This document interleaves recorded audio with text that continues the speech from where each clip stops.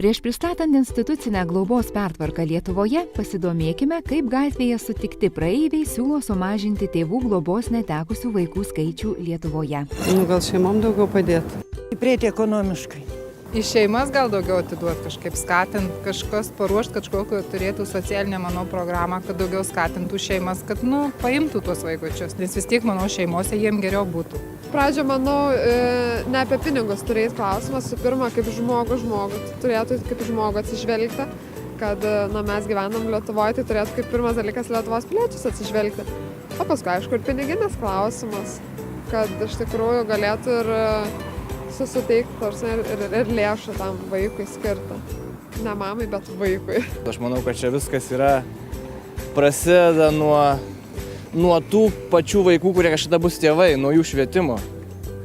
Ir ta prasme, kad būtų visai kitas suvokimas į tą šeimos kažkokį darinį. Nes, ta prasme, kodėl atiduoda ar atima iš tėvų vaikus, nes jie yra blogi tėvai.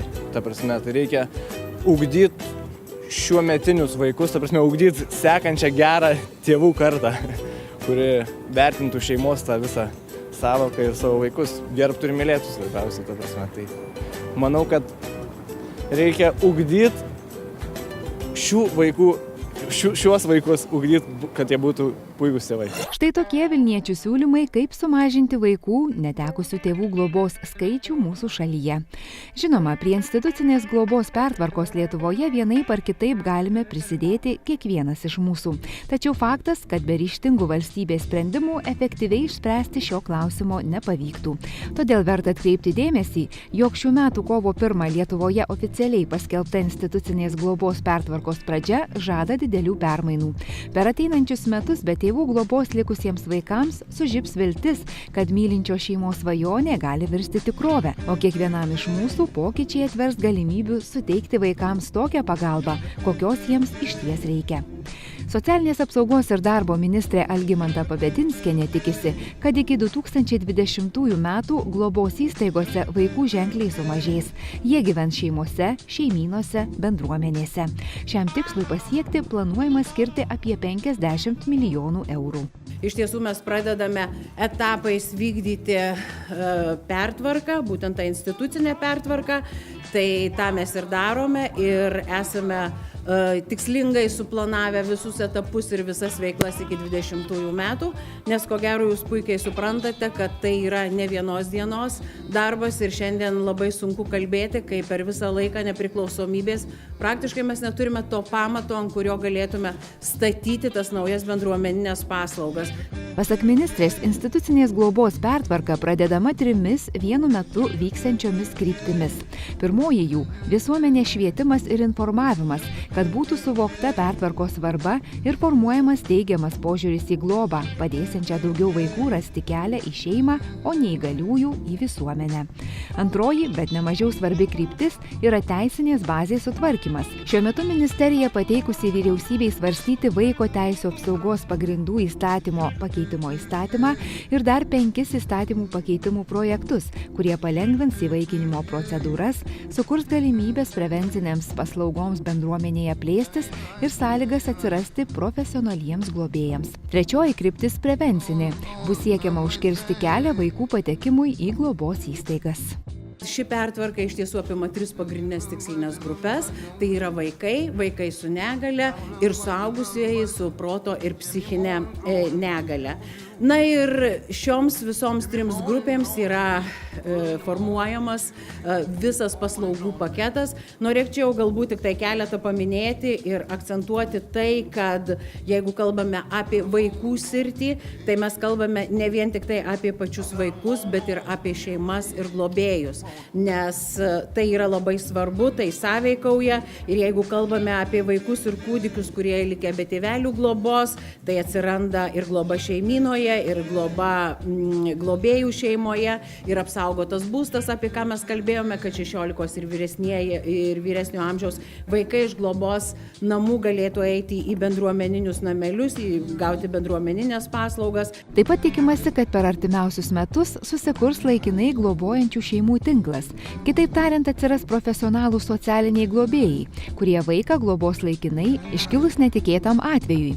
Tai yra, vaikas gyvens įprastuose namuose, o ne globos įstaigose. Tokį sprendimą sveikina ir įvairios nevyriausybinės organizacijos. Gelbėkit vaikus organizacijos psichologė Ingrida Bobinienė teigia, kad įtvirtintas profesionalaus socialinio globėjo statusas leis išspręsti daug problemų. Socialinis globėjas tai bus specialiai atrinktas, parengtas žmogus, profesionalas, dirbantis su kitais specialistais, kuris į savo šeimą būtent 24 valandas per parą galės priimti vaikutį, vieną ar du ir gal net iki 3, kurie paimami iš šeimos ir kurie tuo metu šeimoje gyventi neturi galimybių.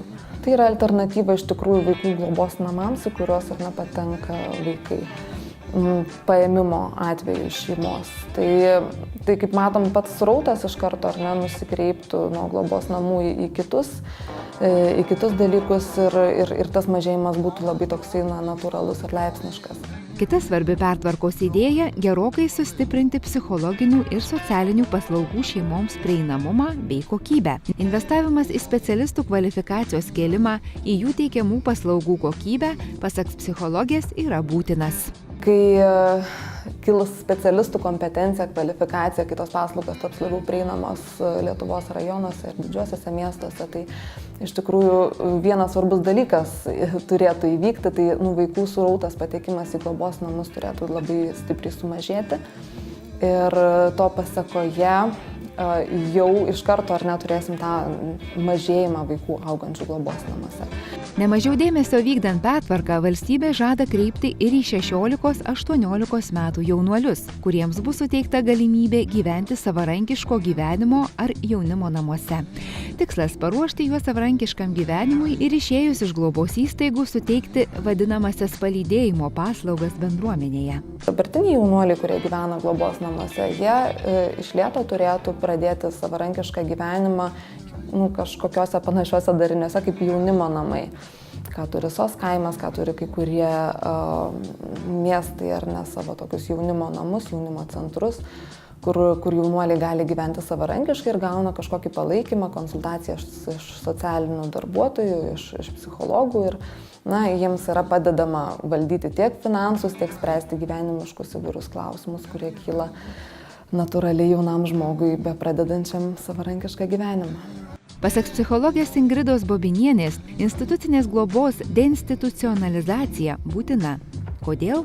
Remiantis įvairiais tyrimais įrodyta, kad priešingai nei gyvenimas šeimose, vaikų gyvenimas institucinėse globos įstaigose žaloja jų psichologinę ir fizinę raidą. Priešingai yra įrodyta, kad augimas šeimoje, vaiko buvimas šeimoje jam padeda vystytis sveikai ir augti laimingesniu žmogumi. O kaip žinom, šiuo metu lietuvių vaikai nepasižymi labai dideliu laimės rodiklių, laimės ir net to pojūčių. Tai labai iš tikrųjų svarbu keisti tą sistemą, kuri yra sovietinio palikimo ir orientuotis į geruosius pavyzdžius vakaruose.